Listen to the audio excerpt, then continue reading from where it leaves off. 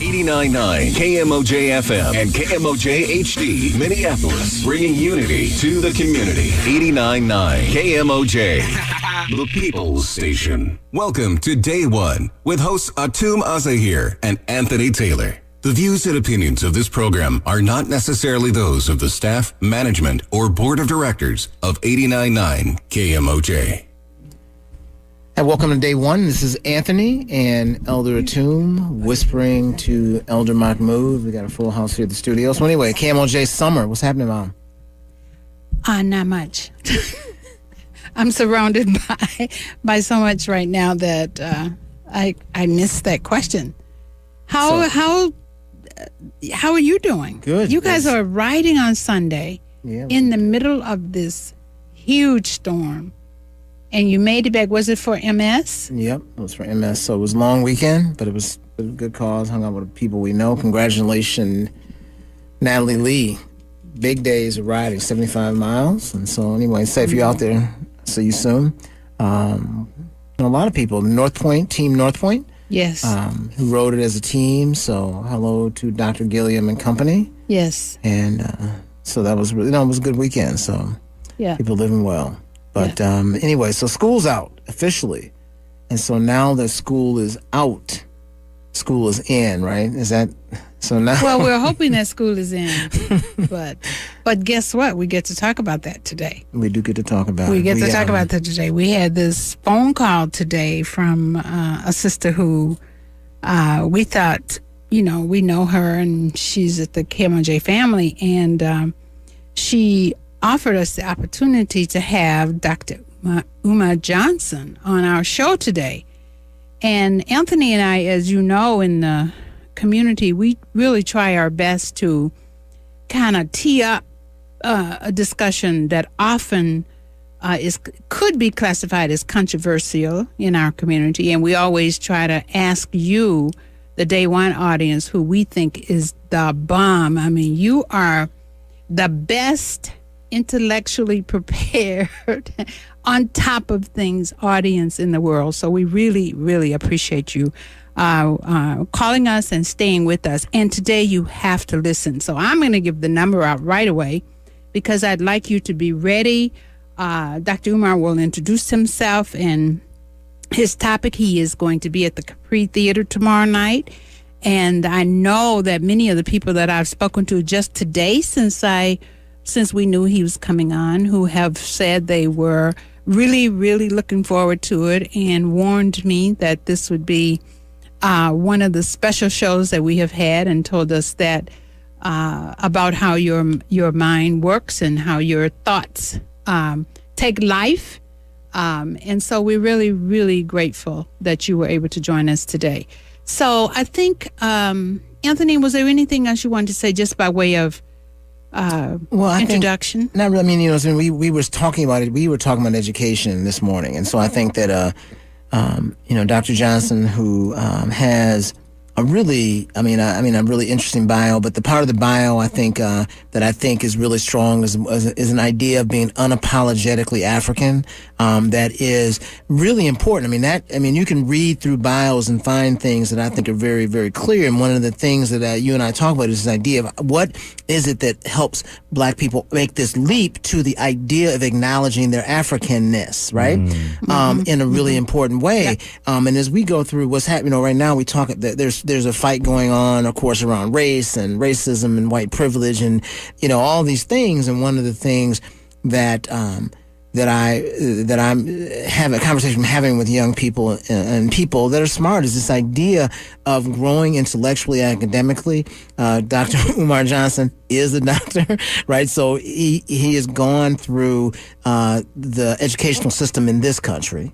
Right? Yes. And gone through it. And this is what we were talking about, Mom, is this idea, how do we embrace there is an academic institution here and get through it in a way where we get through unscathed, right? So that... Well, I don't know about unscathed. Well, I mean, you get through it, and when you get on the other side of it, you you're do get on the able other to side, be but unapologetically black exactly, or African. and that was what I thought was really compelling about Dr. Johnson's resume in terms of reading it, and that you get out on the other side, and then from the perspective of what's important, you go to work on behalf of your people in a non-apologetic way. Right. So I want to introduce Dr. Umar Johnson. Welcome to the show. Thank you. How are you doing? All is well. Glad to be here. Yeah, welcome back to the city. Thank you very much. So it really is beautiful. It is today. And I'm thinking before we got the call from Sister Anika, we actually were having the conversation about the idea of how we as families will engage the educational system in this country, the strategies that we have to employ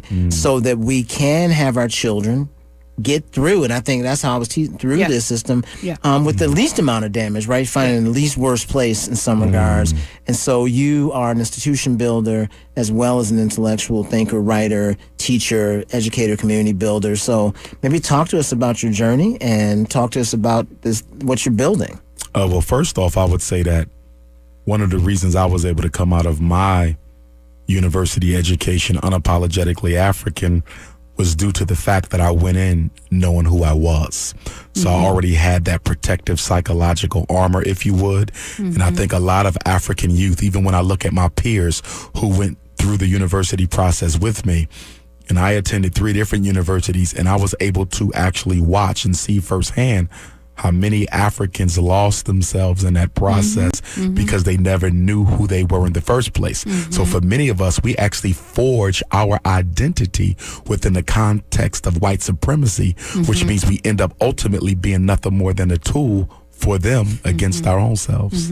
You know, this is really powerful. I also have the honor of recommending books often, and was looking at someone who is positioning Dr. Du Bois in terms of a classicist, a classical philosopher. Yes. And my husband and I argue because my husband is the best, greatest philosopher in the entire world. And that's how you stay married. But also he and I have this discussion about Dr. Du Bois. Well, one thing that he said here, which I want to hear you talk about, he says, Du Bois really was very distinct in his desire to see African people be what we now call race people. In other words, commit to and invest in your own identity and your own development, your own capacity to be by yourself in order to be with other people. And again, I'm paraphrasing, but that's what I hear you saying. Yes, but when you, as a Garveyite, obviously when you bring up W.E.B. Du Bois, there's some issues. I knew you were Garveyite. Because I think W.E.B. Du Bois very effectively, he represents that internal struggle that many African people deal with. He was conflicted all of his life. And I think that one of the reasons he helped to destroy Marcus Garvey so effectively was due to what he felt was a God-given right to lead, because he did have the blood of the slave master, because he did have the degrees from Harvard, and he never forgave Garvey for the fact that Garvey was able to organize better than him and all his contemporaries and put Garvey together. And the masses, the regular with no degrees from the white university. But when Du Bois talked about in Souls of Black Folk, how within us is this struggle, a white consciousness and a black consciousness, forever at odds with each other, whose spiritual strength alone keeps it from tearing itself apart. So how do you describe that? So talk to. Well, see, I never struggled with. I never struggled with the multiracial, biracial consciousness of a W.E.B. Du Bois. I really believe, essentially, from a psychological standpoint, that Du Bois wanted to be accepted by white folk. He wanted it very badly. And when you look at his life, he went out of his way to gain that, from teaching at UPenn, the Harvard doctorate, the Fisk, Berlin, NAACP. He did all he could to be accepted by white folk, only to find out at nearly 100 years old that they will never accept you no matter how much white blood you have. And look how he ended his life. Yes, he quit the NAACP, gave up his American citizenship, and moved to Africa. And that's and he, you know, and actually, and I, when at the 100th anniversary of the publishing of Souls of Black Folk, in a foreword that he wrote for that, what he acknowledged was his underestimation of the talented 10th's ability to resist assimilation. And that's something that flew under the radar for many, many people. But what you're saying is very, very true. At the end of his life, he acknowledged that reality, one, that white America was never going to accept him. There was nothing to happen. And that there was something in the strategy of the talented 10th that was flawed at the time. So let me do this, because clearly we are in, we're going to keep going on this. 612-377-3456. Please give us a call. Join the dialogue with us today. Anthony and I are joined by, first of all, Atinwa, who is here. And we're also joined by Dr. Umar Johnson. And so once again, let me just, I would love to continue the discussion about these ideas around the fight between Du Bois and Garvey and the followers of the two. And this idea of the educated and the quote-unquote uneducated, and the value. We constantly work with this idea of organizing and bringing our people up from, again, the kind of enslavement mentality. And I know, once again, as I've listened to you, so do you. So just some things that you see key to us recovering our own, again, self in order to move forward. I would say quickly 3 things. One thing, we suffer from a psychological homelessness that no other group in America has to deal with. We are the only people who are not psychologically connected to an ancestral homeland. Chinese have that, Arabs have that, East Indians have that, Mexicans have that. We don't have it. Not only that, we are not interested in reconnecting to that ancestral homeland. So you're dealing with a perpetual invisibleness that African people struggle with. That psychological homelessness is related to another issue, and that is an inferiority complex that we have not accepted, have not yet confronted, and have refused to deal with. And that inferiority complex remains despite the Black Book Revolution, the Cultural Revolution, the Black Consciousness Movement that we are in the midst of today. It stays, and the reason it stays is many of us think that you can replace indoctrination with information. You can't totally. See, if someone is addicted to cigarettes, you can give them a book about cigarette addiction. That don't end the addiction. They still have to work through the process of weakening that attraction to that chemical. That's Black folk. You can tell us all day about our problem, but do we want to go through the hard, painful work of killing the cracker that lives within inside of us? We have, this is really powerful. Once again, 612-377-3456. We as in the work that we are doing, we have talked a lot about the erasure principle and the kind of erasure of our sense of origin and of an originality as human beings. We also talk about cultural amnesia. Those terms seem to be parallel with what you're saying. How about this idea of historical trauma? How do you, because everybody's talking about it, post-traumatic slave syndrome, all of those things. How do you talk about those? Trauma is critical to understanding and rectifying the Black American reality. And that is because traumatized people, I don't care if they're sexually traumatized, physically traumatized, emotionally traumatized people can't do 2 things that are absolutely necessary for any quote-unquote normally functioned person. Number 1, you have to be able to perceive your reality accurately. Yes. The essence of mental illness is an inability to perceive your phenomenon effectively. Yes. So you got to perceive reality effectively. And second, you have to engage it effectively as well. So we don't interpret our reality effectively, nor can we come up with effective solutions because our interpretation of what's going on is not accurate. So Sister Atua, I just want you to know you made her weak. well, no. I mean, I think. Well, but I think. But I mean, what I really want to say quickly. I'm sorry, Anthony. Jump in there. What I want to ask is something that comes up as we have this very same discussion with people. something that comes up is this idea of blaming the victim. That if I'm too hard in my kind of almost pleading with our people to really take responsibility for their own recovery, cultural resurrection, claiming of an intellectual as well as a psychological homeland.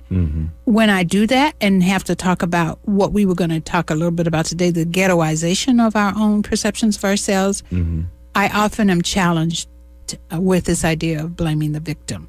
Could you speak to that? Here's the problem, and the Black church will have to be taken to task on this. Part of that blaming the victim piece grows out of the fact that we as a people have an external locus of control. We have been reared in a context and culture that suggests something has to come from what's outside of us to save us. Yes. You understand? So Black people feel that when you're asking them to be the catalyst for their own solution, their own resurrection, they see it as blaming the victim because we've been conditioned to think that something external must bring about this. So whether it's a white Jesus coming down from heaven, whether it's the United States government with reparations, but it must be something outside of me that must ultimately save me. And that is a condition that's keeping us stuck in political quicksand. So, 612-377-3456. I am told often when you guys don't call that you're sitting at home listening and tracking. Because what I do know is that you are listening, because once again, we know you. And so I'm just going to give the number out, 612-377-3456. I know you have wanted, you in the audience, to ask the question, what can you do? What can you do when you at this point in time are basically addicted to the European system, addicted to European psychology? I know you want to ask this brother, what can I do to recover myself? So give us a call, 612-377-3456. See, and you say that, I feel like that's optimistic. You think it's optimistic? I'm very concerned that the idea, that the acknowledgement that it would take for someone to go, what can I do to fix my addiction, heal my trauma? It really requires them to accept something that is very difficult to accept sometimes, and I think for some people that is the validation and success that they were having in their own life. So I don't know, Mom. I don't know if people are asking that. So well, let's check in. Toughest part of therapy is getting them to accept they got a problem, which is what he's. Yes, and the work that we are doing now with someone who's doing trauma therapy is even more. Because denial is one hell of a thing. Yes. You know, everyone comes to therapy denying the drug addict, the pedophile. Yes. And Black folk, we have been in a perpetual 150 year state of denial. Welcome to day one. You are on the air. I'm torn. I have raised 8 children. I'm on my grandchildren now, and they're very resilient. And being a white person in the family, very often I see racism they don't see or choose not to see. And in that resiliency, they seem to lose touch with how things should be. But on the flip side of that, when you say owning it and changing it and, doing it from within, it's very hard. They have a double battle. They're not only trying to save themselves, they're trying to save their community. When you feel like your whole community is involved in bringing you down, it takes it to another level. It's very easy to say to save yourself, but there's such a feeling of this is just how it is. Yes. Especially in that complacency that how do I couldn't even get my kids to stop watching Duck Dynasty. Okay, so let's be real about that. How do I inspire that? Okay, let us have Dr. Umar speak to you on your question. Thank you. Well, given all those children that she's helping to raise, I would hope she comes out tomorrow to the lecture at the Capri Theater at 6 p.m. But here's the thing. All victims of systematic oppression, black, white, purple, or orange, they see imitation of the oppressor as the way out. This is why African Americans are so interested in going to college. We respect education, But college has a special uniqueness and importance for us because we don't not only see it as a way of upward social mobility, we see it as a way of doing a better job at copying the oppressor. And we see that in copycatting the oppressor, potentially we could be drafted by the oppressor to participate in his reality. In other words, the average black person doesn't have a problem with white supremacy. They have a problem with the role that white supremacy gave them. And if you improve their role under the system, they will be content with it. And this is why a lot of revolutionaries, if you study our history, they started out with a strong black fist. But once the jobs came and the opportunities came, that fist went down. Jesse Jackson is a good example. Al Sharpton is a good example. And there's dozens of them because they were really not against racism. What they were never fighting for was systematic change. They wanted a better opportunity for themselves. So I want to just check in 612-377-3456. Welcome to day one. You're on the air. Hey, how you guys doing, my brother, my sister? How y'all doing today? We're doing good, Hotep. How are you? Calling, bro. How you doing? I'm doing pretty good. I just I was listening in, and I kind of heard about a lot of people of color feel like the help has to come from outside of us, you know, when you guys mentioned about that. And I just wanted to talk about that. I had a question. You know, us as, I don't want to say elders, but the community leaders or the fathers and the mothers of the community, sometimes we do feel like we want to say something because I think knowledge is going to be the key to help everyone. And we have to have a community effort in raising the kids. And I've seen things, I've seen people do things where I wanted to, you know, give some of the knowledge that I've gained. And sometimes I feel like my brothers and sisters don't perceive that information very well. Okay. Coming from, you know, a black man, you know, they perceive it. They don't take it the way I intended to go. Okay. And so I just wanted to know, how do you guys feel that we can give the information and let them know that it's coming from a place of love and not hate? Okay. Well, thank you so much for your phone call. One thing where we have fallen short of as adults in relation to our youth, we only give them information. We don't give them opportunities. So let's say you got a Chinese kid, you got a European Jewish kid, and you got an African American kid. And I just came back from China 2 weeks ago for the first time speaking. The Chinese business, the European Jewish man is going to give the European Jewish kid a job. And the African American man is going to give the African American boy a book about black history. That's not going to get it done. We can't just tell our youth how great we used to be. We have to give them an opportunity to become great again. See, the history will only hold their attention so long.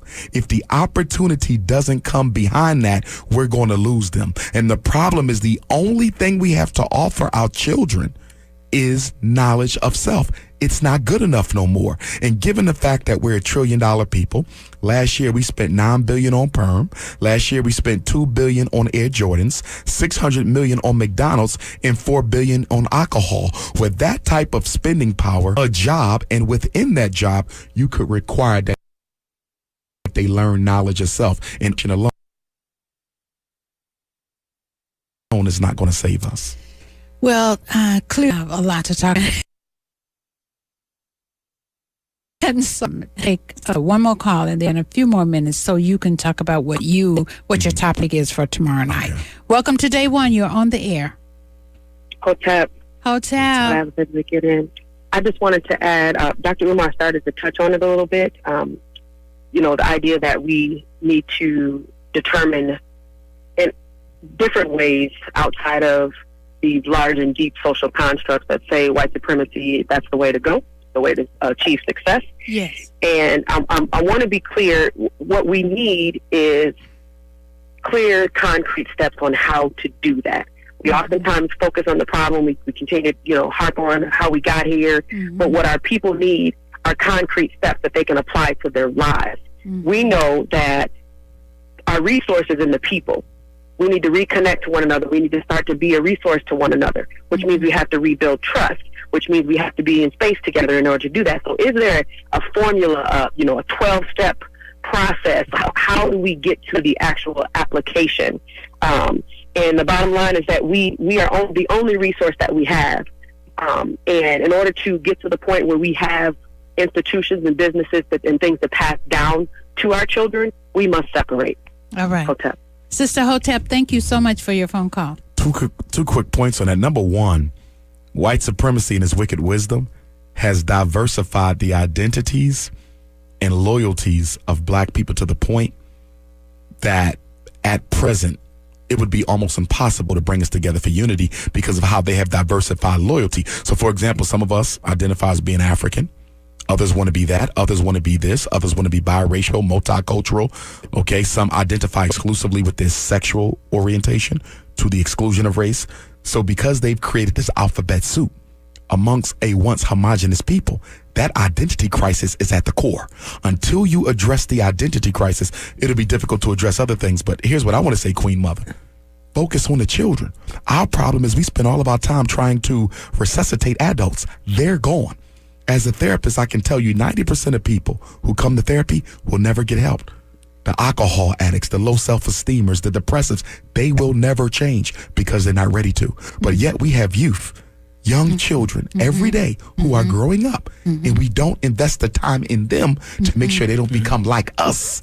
I believe 80% of our attention should go on the youth, only 20% on the adults. But right now we spending all of our attention on adults who are irredeemable in neglecting the babies. Is this accelerated by technology? I mean, especially the idea of the continued kind of segmentation of people that otherwise would collect as black people and work as black people. Right? Thing happened to us with social network. Yeah. The worst thing happened to black people, social network, because it's actually pushing us further apart than bringing us together, because you can just hide behind an online identity and never participate in dialogue. And so the idea of identity, the other thing this is interesting, is the idea of identity now becomes equal to your social network status, right? Yes. And so it actually gets stranger, right? Yes. Because you wind up with these new, these new groups of people that can collect to thousands of other people that identify in a false identity. That again becomes electronic multiple personality disorder. Electronic multiple personality disorder. So let me just say that there's so much to talk with you about. Let's talk about tomorrow night. I think, tell us what it sounds like your topic is one that many of us struggle with every day. Yes, ma'am. I'm going to focus on the miseducation machine. So I want all the parents to come out. And of course, white mothers of black children need to be there too, because they're raising our babies. I'm going to talk about the school to prison pipeline, special education, the learning disability, why we have a rise in autism, the psychiatric meds, the Adderall, the Concerta, the Ritalin, the Metadate, the Prozac, and why you need to think twice about giving your child that. I want to dispel some of the rumors about special education, mental health in black children. We have to talk about the role of the white female teacher in the miseducation of the black boy. Why is the dropout rate so high? Why do we have so few African-American male principals and teachers? What is the function of public education when America no longer has jobs for black people? But most importantly, I want to teach parents their rights. I need them to know what they can demand when they walk into that school. You can demand to see your child's records, okay? You have a right to refuse special ed. You have a right to refuse the ADHD evaluation. School law is its own universe. Black parents know very little about it. And so I'm here in Minneapolis to teach them about it tomorrow.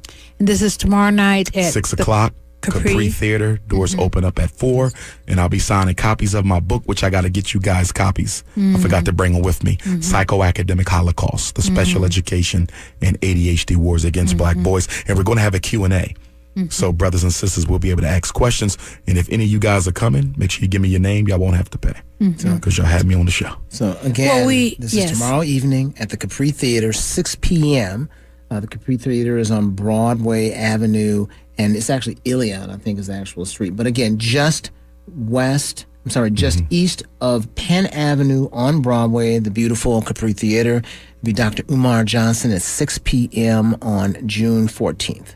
And all children are free, 17 and younger. All children are free, and all elders, 65 and older, also free. They just have to show up.